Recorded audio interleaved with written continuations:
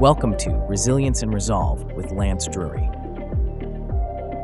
Welcome back to Resilience and Resolve. I'm Evan Mack with Lance Drury, and today we're talking about bank levies, which is when the IRS freezes your account and takes your money.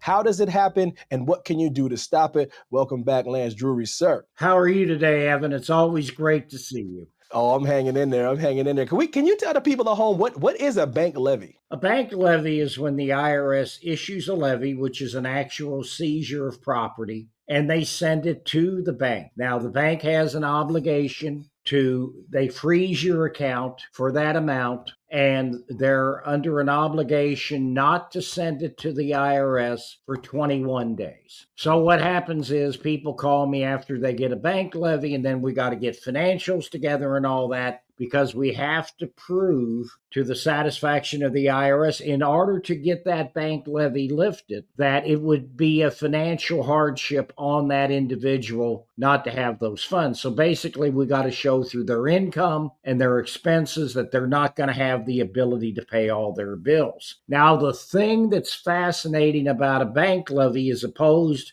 to a wage levy is continuous. The bank levy is only good on the day that it hits the bank. That's when the 21 days start. So it's very seldom the date on the levy notice, because they got to mail it to the bank. So it's going to be a few days before the bank gets it. But the significance of a bank levy is, even if you've been levied on your bank, the monies go into the IRS, they can do it again. So they can issue successive levies on a bank levy. So what's the difference between the lien and the garnishment as opposed to the levy? Well, a garnishment is basically a levy. A garnishment is a seizure of property. A garnishment is what I would call a subset of that. Mostly you're dealing with garnishment on your wages, but it's still a levy. Now, the difference between a lien is that is not an actual seizure of property. The lien is filed with the recorder of deeds in the county in which you live. Sometimes they don't file them in the county in which you live, and guess what? Then the lien doesn't attach, because that lien only attaches to property in the county in which it is filed. But the significance of that is, if you ever go to sell your house, then that lien has to be satisfied at the time of sale. Now, the IRS says there's an invisible lien. There's a lien regardless of whether they actually file it or not, but they file that lien so that they take priority over other creditors. And the IRS also takes the position that that levy is for any property, personal, real estate, whatever, that you have acquired at the time that the levy hits, and the lien, and any property that you acquire thereafter.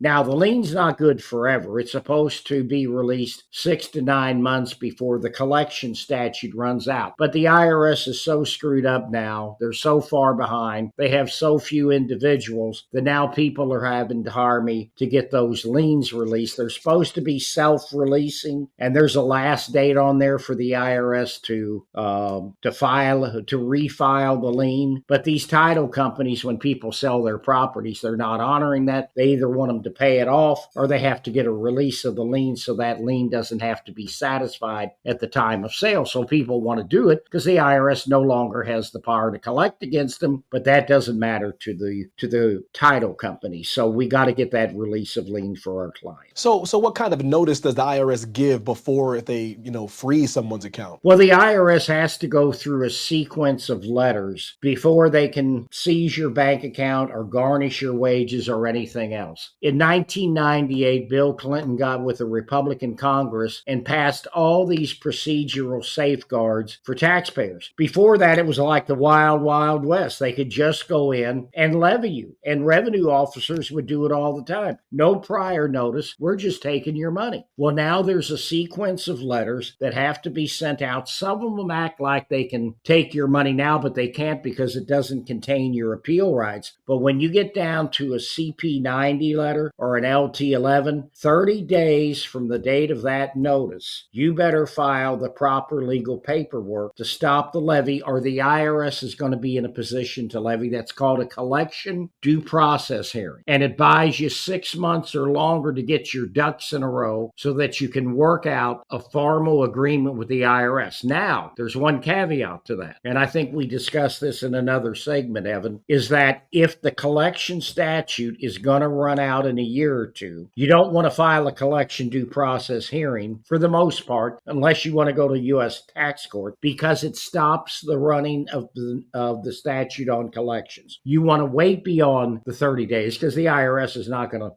file a levy the next day, and file what's called an equivalency hearing. And the significance of that is you still get the hearing 6 to 9 months down the road. But guess what? The clock on collections continues to run. In fact, just earlier this month, I've had a client for a while, and we decided we were going to run out the clock on collections. He owed $90,000. And once he was in C&C status, I even called him up, got it. They needed managerial approval, and they never got managerial approval. You know, I've said before, the IRS is making all kinds of mistakes. Things are not getting done which should be. And so it came down. He finally got a final notice of intent to levy, probably late last year. So we didn't file a collection due process hearing. We filed an equivalency hearing because the clock on that 90,000 runs out in September. What further delayed it was, and this is how bad the IRS is, and not just me, but a lot of my attorneys are finding this out. They are switching appeals officers all the time. You start with one, then you go to another, then you go to a third. So this guy's equivalency hearing got delayed 2 or 3 months just because they kept switching him around. But can they take everything? That was all to my client's benefit, so we didn't care. Yeah, it sounded like in that case it kind of helped out. It really did. It really did. And so, you know, there's no way. I'm sure it's not even back in collections yet. It probably won't get back in collections till late July, maybe even August. They got a month to collect. So the ball game is basically over on trying to collect from my client. Speaking of collections, though, can they take everything in your account? Is there a cap? Is there a limit, or can they just take it all? They can take it all. And wow. in fact, now there are certain exemptions. If you get a levy, you can file out a list of exemptions because you have children or whatever. So that can prevent all of it from being. That's normally not with a bank levy, but with a garnishment levy. But here's the thing. Let's say the levy is for $50,000, but you've only got $10 in the account on the day the levy hits. The IRS can only get $10. And in that case, we wouldn't even try to get the levy lifted. So, you know, a lot of people, even though they owe a lot of money, depending upon the day it hit, they may have paid all their bills out of that account before the IRS levy hits, and so they're not going to get a whole lot of money from that particular levy. What about rent and medicine, payroll, like life? You know what I mean? They can still take that kind of money from you? They can, until you prove to them that it would be a financial hardship. So they're going to take all those factors into consideration after the levy hits if you're trying to lift the levy. But before the levy hits, they're not, because here's the problem. I had a guy once that walked into my office in St. Louis, and he looked like he was half dead. And when he sat down, I said, "What's wrong?" And he said, "I've been living in my car for over a year because the IRS is leaving me $200 every 2 weeks to live on." And so at that point, he didn't have the means to hire me, or he didn't have any money at all. And so the problem is, sure, we could have gotten it lifted in whole or in part, but, you know, the IRS does not pay attention to your financial information before they will issue a levy. You have to prove to they don't have the funds to go out and say, okay, Joe Blow pays this much. You know, the burden is on you to prove all that. And so they're not going to do all that legwork for you. And they don't have the resources to do it. And so then when they come to you, you have them get all that information together, and then you call up the IRS, and then you get the levy lifted in whole or in part. Can it be reversed? Can a levy be reversed once it hits or no? Well, it can if it was wrongfully issued, and that has happened in certain instances. But again, if you can prove that your client is in a financial hardship, it has the same effect of getting it reversed because it's going to be lifted. What about, more than once? Can the IRS continue to levy you? Can this go on? You know what I mean? Or can once they levy you, that's it? Or can there be multiple levies? Oh, no, there can be multiple levies. As I said earlier, bank levies can be successive. They're only good Mm. for the day they hit. After the money's set in, they can issue another one. And I've seen that happen several times. The garnishments are continuous of your wages until you get it lifted. So if you sit there and do nothing, and some people do, their wages are garnished for 6 months to a year until the levy on your wages is satisfied. But guess what? Even if you get it lifted, you get an agreement set up with the IRS, you're paying on that agreement, you're compliant moving forward, they can't levy you. But you Mm. miss that installment agreement payment every month, or you incur additional liability with the IRS, they can levy your wages again. So, once you get a deal with the IRS, you have to be 100% compliant moving forward, or you're going to be back to square one. Are there any accounts of any kind that can be protected from a levy? Well, there is a certain type of investment account that you can put your money in. I don't want to disclose that here, but but if you do that, it's not considered a fraudulent conveyance because you're exchanging it for fair market value and the IRS can't touch it. But that is the one thing. The problem is if you have tax, like, because people ask me all the time, well, I'm just going to shut down my bank account or I'm going to transfer it to a different account. And I said, you can't do Right. that. That's a fraudulent conveyance. But here's what they can do: you can't take that money out. There's nothing to restrict you from opening up a new account. You just can't transfer the money. So Hmm. continue to pay down expenses on that account that they're coming after and then use the new bank account later. But it is considered a fraudulent conveyance if you do that. I'm going to give you a small example. I had a guy came to me at the 11th hour, and the IRS had filed a suit in federal district court in Springfield, Missouri, and they were coming after his home because he owed over 200,000 in trust fund civil penalty taxes. And the home that they wanted was his estranged wife was living in. And years ago, while he had the tax liability, he deeded his one half interest to his wife, just gave it to her, quitclaim deed. So they filed an action saying this is a fraudulent conveyance, set aside the conveyance, sell the property, give her one half net equity in the home. The IRS gets the other half. And so I was negotiating with lawyers out of Washington, D.C. There was a lot of time spent on the phone with them.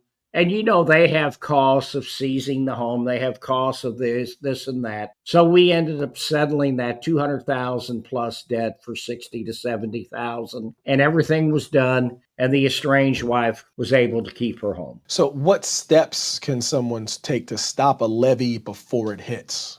Can you tell the people at home what they can do? Well, again, the IRS has to go through a sequence of letters. So one of the things that Okay. you can do what set up an agreement with the IRS, and as long as you're paying on that agreement and you don't incur any further liability, they're not going to come back later and levy you. The other thing is you can file a request for a collection due process hearing or an equivalency hearing to stop the levy and to buy yourself 6 months or longer to get an agreement with the IRS, which will stop the levy as well. Now, what can a Lance Drury or any kind of tax attorney do to help prevent or reverse a bank levy, sir? Well, what you can do is you can hire us and we will have to submit financial statements. And that's where you get the biggest bang for your buck when you hire us, because nobody fills out those financial statements right. I was telling somebody this morning, I have people and they get through the financial statement on their own. They say, well, they can pay $1,500 a month is what it shows. Well, I know they can't pay that. Those Right. forms are confusing. They're complicated to the average individual. And so that's what our assistants can do for people, because we can tell people, we can give them advice on how to structure their assets and their expenses to get a better deal from Uncle Sam. And so that's what our firm can do to protect your interest, to get a levy lifted, and to give you your life and your peace of mind back. Amazing. Thank you kindly, Lance Drury, sir, for your time. Thank you, Evan. Can't wait to see you again. Absolutely. And don't wait for a bank levy to drain your account. Visit lancedrurylaw.com and put a plan in place before the IRS acts. Thank you for watching. Thanks for watching. Be sure to hit that like and subscribe button and leave us a review in the comments.